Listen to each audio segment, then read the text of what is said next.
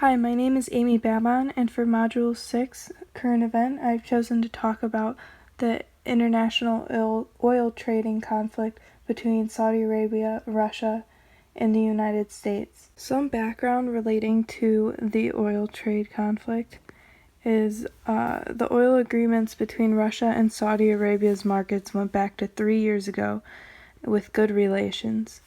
The main actors in this oil trade issue is the United States, who is the current leader in crude oil trade, Russia, who is the biggest player in oil trade, and Saudi Arabia, another big player.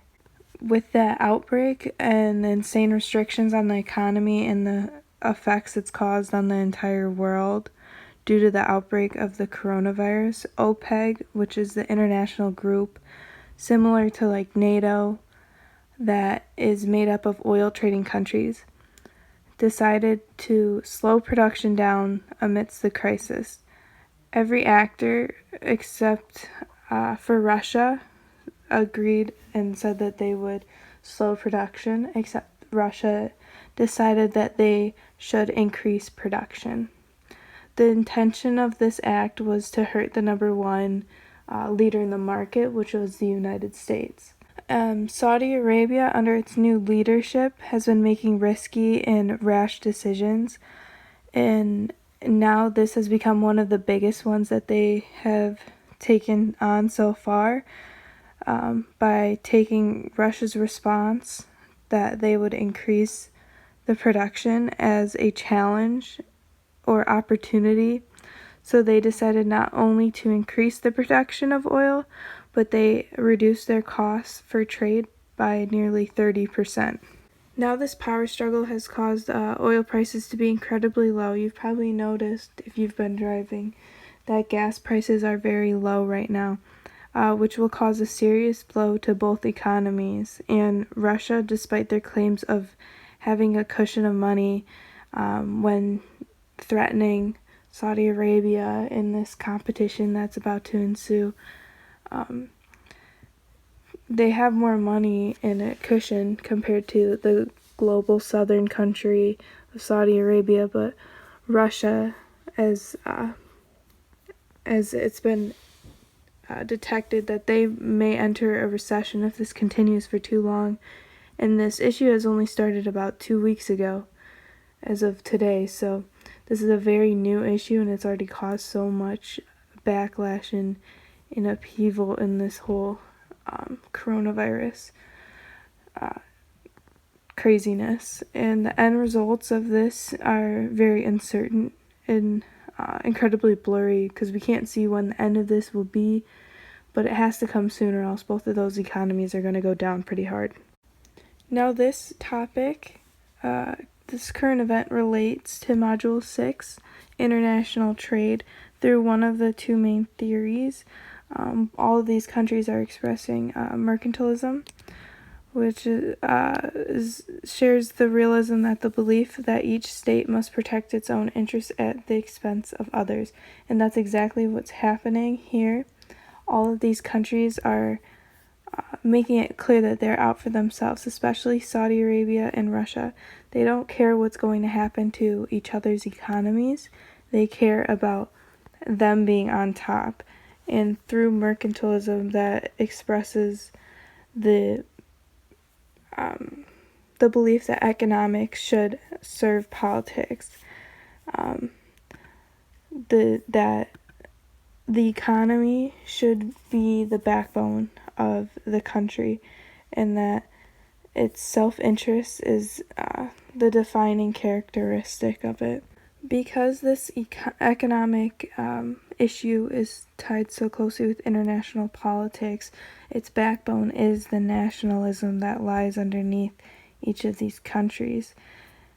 It's made it so that it's not about what industry is the most successful based on the business.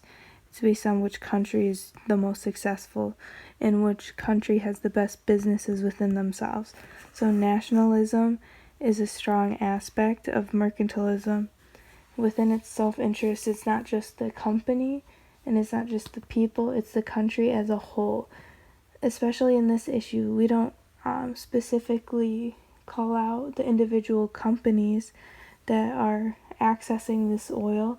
We just call it Saudi Arabia's oil and Russia's oil, and the U.S. is the lead in crude oil. Despite there being multinational corporations, they have an identity linked to each country because it is a natural resource within that country. Some of the political interference into this marketplace comes from first being monopolies. Saudi Arabia is one of the globally southern countries, and with oil and natural resources coming from oil being its biggest industry, they're not correctly building the economy when it's monopolized just by what the very famous company Aramco that provides most of Saudi Arabia's oil production.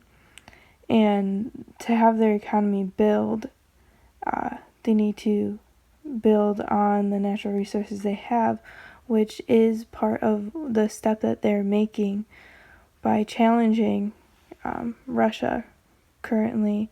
It's going to make them one of the leaders even more, and reports say that they will not stop until they have passed the United States in the global market of becoming the number one crude exporter. And they can utilize this trade to grow an industry and economy that other countries in the global south haven't been able to do. But monopolizing it will not help. It may help to the rich to get richer, but it will not help the overall country. Next, Russia's future is going to result in taxation if they continue on. They're going to have to tax the rest of their country just to be able to afford this whole war that's going on and price changes. And the market's backbone is nationalism. So to have the national support of each of these countries is the most important thing. So the government is so involved in both of these marketplaces. And lastly, through Module 6, in analyzing this conflict, protectionism comes into play. During the module, we talked about how the foreign industries were bringing in cars and making them within the countries to take over the industries and the marketplaces, and protectionism was utilized by the United States to prevent it as much as possible, getting the government involved.